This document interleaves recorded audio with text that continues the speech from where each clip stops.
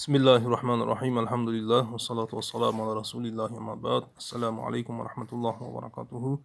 Hurmatli musulmon bауырлар, пайғамбарымыз саллаллаху алейхи вассалам туылған күн тойлау мәселесі. Яғни Рабиул ауалда мереке тұтып, мәулуд оқып, мұсылмандарды құттықтап, дастархан жайып, ерекше құлшылықпен өткізуге бола ма?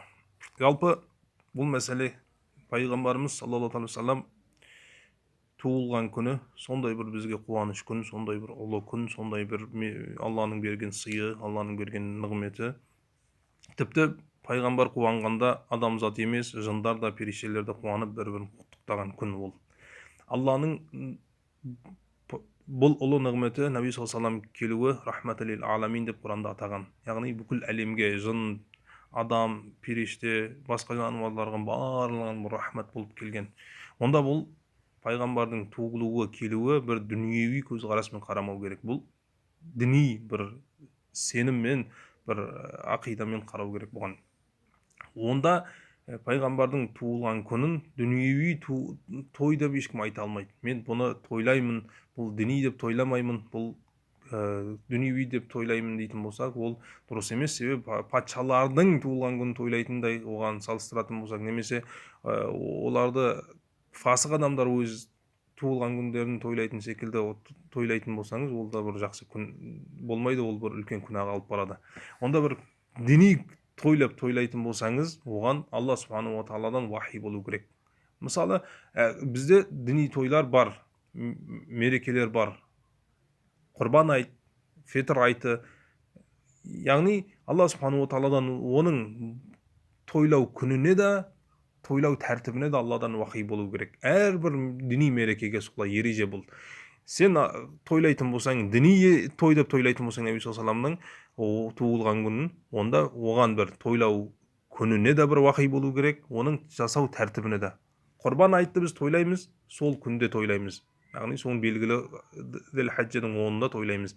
Неге? Оған Алладан вахи бар, осы күнде тойла деп. Тағы тойлау тәртібінде де намаз оқимыз, оған құрбандық шаламыз, мұсылмандарды құттықтаймыз, оған барлығына бізде вахи бар.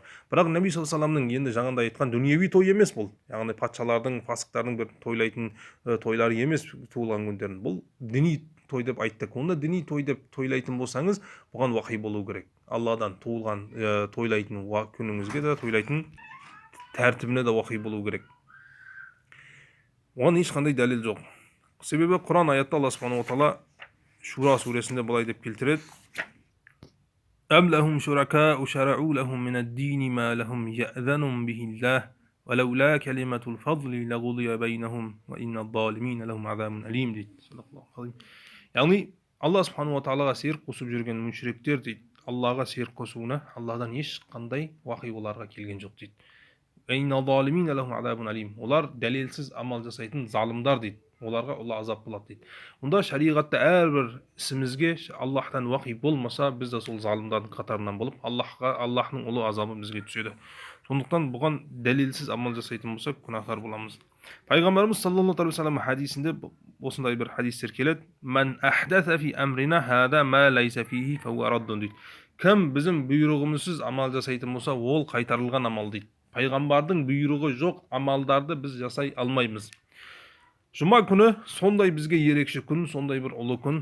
Жұма күннің ерекшелігіне, оның ұлылығына қанша хадистер бар, фазилаттарына кітаптар жазылған. Сейедул айям деп, күндердің патшалары деп, күндердің сейеді деп қандай хадистер бар. Сонымен де Наби саллаллаху алейхи вассалам ол ұлы болғанымен де оны ерекше тойлап, оны ерекше құлшылық қылудан қайтарған. Мысалы, хадисте келеді, имам Муслим келтіретін: "Анна Наби саллаллаху алейхи вассалам қала ла тахтассу лейлатул джумуата би қиямин мин байнил лаяли ва ла тахуссу яумал джумуа би сиямин мин байнил айям" дейді. Яғни жұма күн түнін ерекшелеп құлшылыққа арнамаң дейді. Оның күндізін де оразаға, құлшылыққа ерекшелеп арнамаң дейді. Қараңыз, себебі Алла субханаху ва тағаладан вахи келген жоқ, мұны ерекшелеп тойлаң, оны өзіңізге құлшылыққа арнаң деген хадис болмағасын, қанша ұлы күн болса да, пайғамбар саллаллаху алейхи вассалам оны ерекшелеуге рұқсат бермейді. Кейбіреулер айтуы мүмкін, Наби саллаллаху алейхи вассаламның туылған күні сондай ұлы күн, сондай пайғамбар келді. Әлбетте сондай ұлы күн, сондай құрметті күн. Бірақ жаңа жұма күннің ұлылығына дәлел болып тұрса да, оны тойлауға уақи болмағасын пайғамбар оны қайтарды. Енді пайғамбардың туылған күніне ұлылығына тек жүректен махаббатпен сенеміз, бірақ хадистен, Құраннан бірде-бір дәлел болмағасын, оған Аллахтан тойлауға уақи болмағасын пайғамбар оған рұқсат бермейді. Кейбіреулер айтуы мүмкін, Наби саллаллаху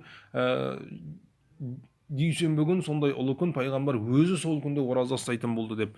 Васуиля ан сауми яумил иснайн қала дака яумун улидту ва яумун буисту. Дүйсенбі күн мен ораза ұстайтын себебім сол күн мен туылдым, сол күн пайғамбар болдым деп. Яғни пайғамбарымыз саллаллаху алейхи вассалам сол күнді ерекше өзі жақсы көретін болды. Әлбетте бір дүйсенбіні жақсы көру, біз де жақсы көреміз.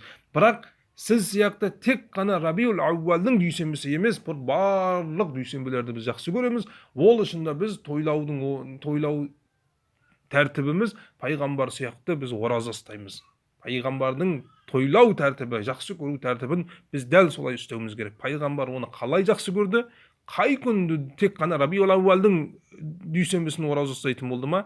Жоқ, жылдың барлық дүйсенбілерін ораза ұстау керек. Егер бұл хадиске амал жасайтын болсаңыз.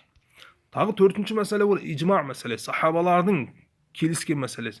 Қараңыз, сахабалар шариғатты қалай алатын болды? Шариғатты пайғамбардан көріп, пайғамбар істегенде істеп, істемегенде олар істемейтін болды.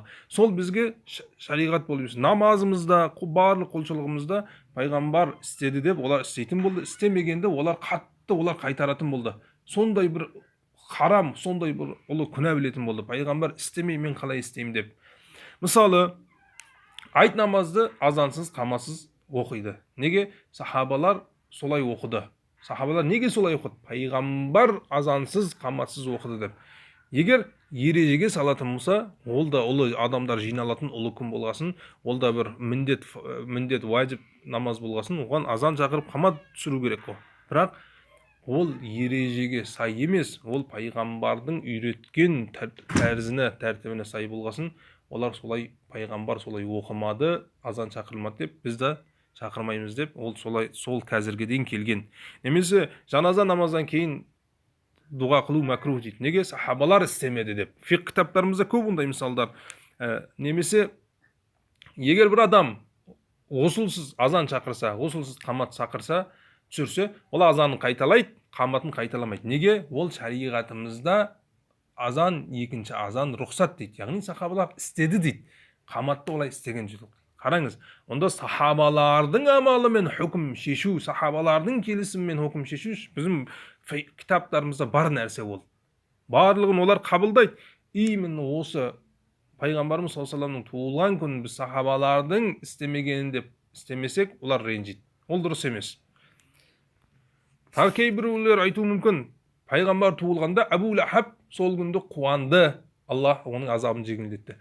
Ол күнді қуанған жоқ, пайғамбардың туылған күн қуанды. Пайғамбардың өзі келді деп қуанды. Сондықтан біз қуанумен ешқандай проблеміміз жоқ. Пайғамбардың туылуына қуан. Жылдың 365 күнде қуануды ешқандай проблем жоқ. Бірақ сол күнге шектеп қоятын болсаң қуанышты, сол күн пайғамбардың өзіне емес, күнге шектеп қоятын болсаң, оның өзі проблем болады.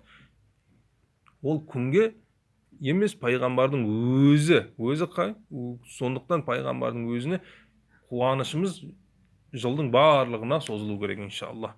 Бұл Ахлі сунна вал жамааттың келтіретін дәлелдері. Онда Наби саллаллаху алейхи вассаламның туылған күні бір діни той болғасын, оған Алладан сол күніне, тойлау күніне да, тәртібіне да уақи керек. Ондай уақи бізде жоқ. Онда өзімізден шектеп қою бізге дұрыс емес. Ва алейкум салам ва рахматуллах ва баракатуху.